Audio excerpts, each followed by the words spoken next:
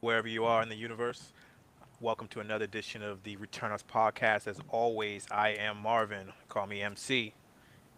Got a special episode today, but can't start without introducing our our co-host and founder, Will.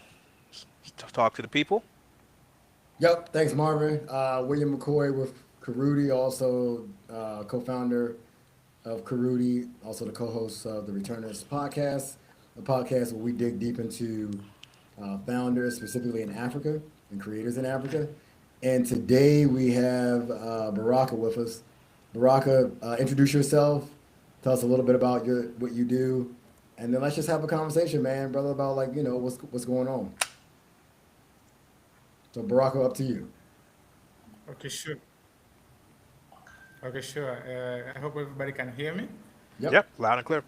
My name is Barak. Nice. My name is Barak Nikudumas Martin. I'm living in Zanzibar now, but originally I'm born in mainland Tanzania, and I'm a digital marketer and website developer. I I began this career in in the past 4 years. And when I was in uni, it's a bit controversial. I was studying electrical and electronics engineering, but I developed passion for digital marketing. And I started developing websites, managing social media accounts of different clients, and also uh, trying to throw ads, advertising campaigns on these social media accounts. So that's when the tech side of me started to and it's all from trying to get my own money actually to sustain my university life. So I tried to find something that could make money for me when I was still studying. But now it turned to be a career. It turned to be a career from just a side hustle to a complete career now. So that's how it started. And after I just graduated this year from the university, and Awesome.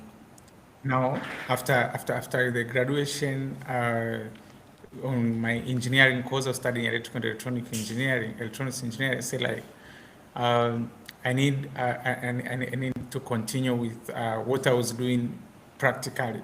You know, university knowledge is a bit it needs you again to find the practical way of implementing those knowledges. And That's now what happened is I already fell in love with digital marketing and websites and all that side.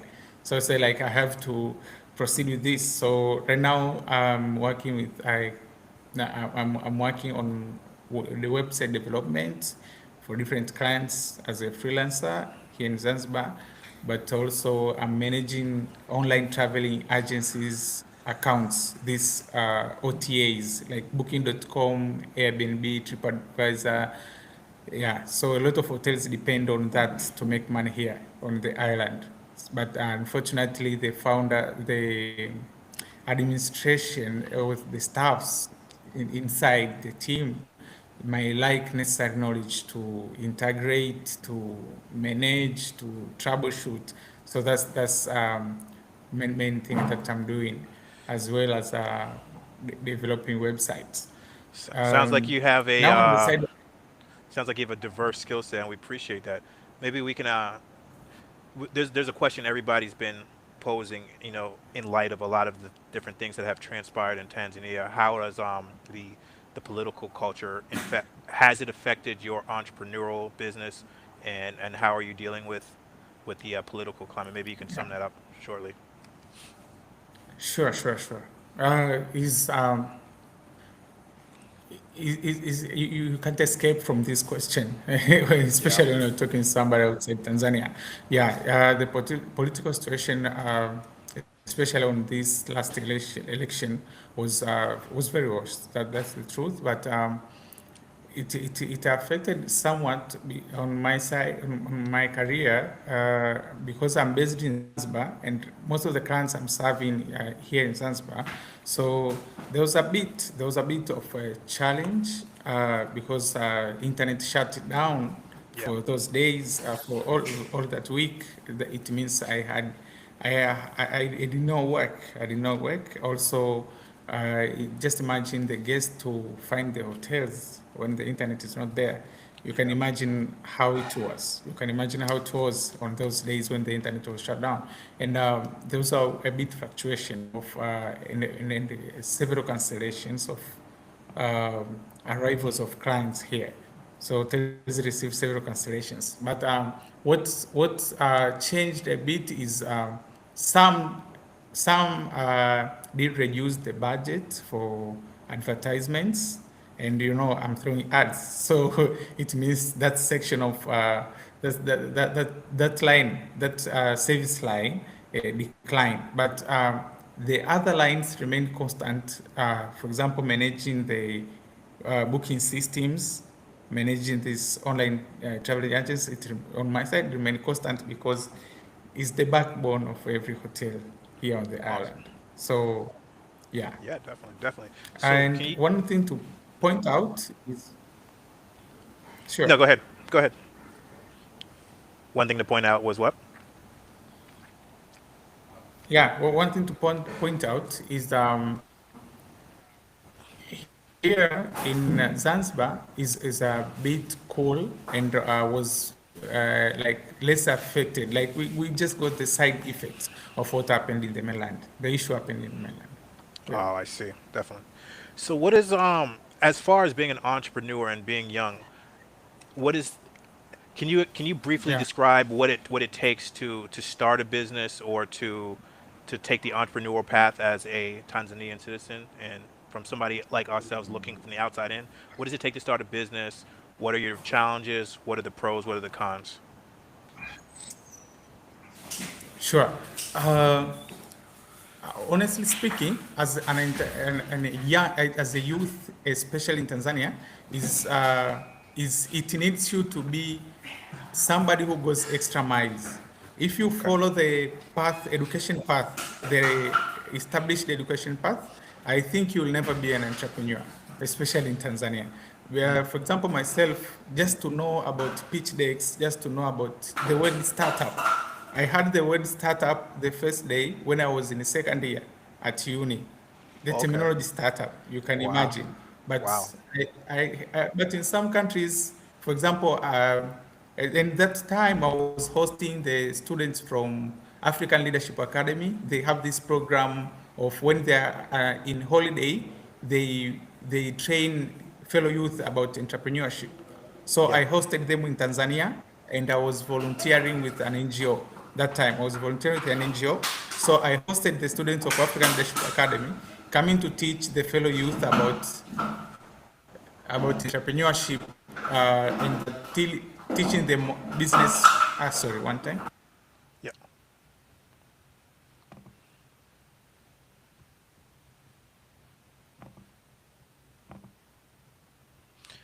Sorry, bear with us, folks. We worked through some technical Yeah, difficulties. sorry. Thank you, I was bro. saying. So they had this build program. So they are teaching. So it it means in the school curriculum, it cannot help you to become an entrepreneur. The other challenge is about the structure. There's improvements, slow improvements since the establishment of Tanzania Startup Association. Yeah. Yeah, there's a bit improvement, but again, the regulations are tight. The regulations are tight even just to register a company. It's like you'll be obliged to pay a lot of taxes while you are not making even a single cent. So on registration side, especially if you want to register a limited liability company, is a bit challenging because it requires a lot, and considering now you're a startup. So most of us will take the path of registering a business name and working slowly up to a point when you're sure we now go for company registration and stuff. So the challenges are mentorship. Uh, there's no right mentorship. We need more hubs. We need more programs that can teach people when they're still young, when they're still at high school, when they're still at university, Because, for example, somebody like me got exposed because I was volunteering in Yep. NGO. Then I got exposed to startup issues. Then later I expanded my knowledge myself, joining the cause of, it was German African Startup Consultancy Program, Start Sure. Africa, if you know that. Let me Yeah, slide one and last like, question in there, if I may. Sorry to interrupt. sure. So in 30 seconds or less, so we can give you time to for the main event. Why should people invest in Tanzania in 30 seconds or less, please? People should invest in Tanzania because, and especially in technology, because a lot has not been done in Tanzania and Africa at large, I can say, because most of problems found in Tanzania, you may find them in East Africa and like most African countries. So a lot has not been done. I give you just a simple example, like in recruitment side, recruitment of employers. Most of job posts in Tanzania will find people have to send CVs to the emails of HRs, even to integrate Zoho, all these tools that are available, maybe ZoRecruit, all of this, only few HR agencies are using. So you can imagine the gap that present. And that is only one side of, I can say like tech, and then that is software especially. But again, is a lot, there's a lot has to be done on all aspects. Sure. No, thank So you, brother. Baraka, I think Baraka, second. you have a company, right? And we want to learn more about your company. So Yeah. now I would love, this is the part of our segment where we go into our 5-minute pitch, right? So you're gonna have 5 slides. You're gonna bring up your pitch with a shared screen, and then in 5 minutes, you're gonna go ahead and pitch your company, your idea. Does that make sense? Okay. Can you come again on that distribution of time? Sure. So Yep. this is your. Go ahead, Will. So you got 5 minutes, right? To go ahead and Yes. pitch the company that you were telling me about. I love the idea. But you got 5 minutes, and so typically it's about 5 slides, 4 or 5 slides. I'm gonna set a timer, right? When you tell me go, Yeah. when you're ready, then we'll go ahead and proceed. Okay. Let me set up uh, the pitch deck. Yep, so right at the bottom of the screen, there's a share button. Okay, sure.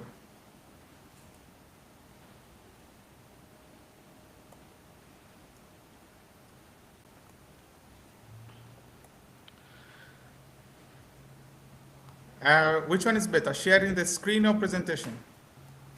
So I think that you should probably just share the presentation if you want. Or you can share the Okay. one, but we'll see it. Just in case you don't want everything on your screen showing.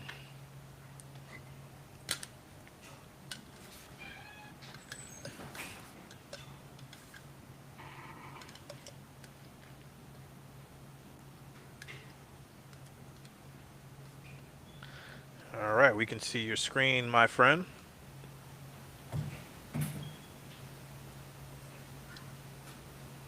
And if that gets in your way, you can just close it up if you want to. You just hit the close button over there.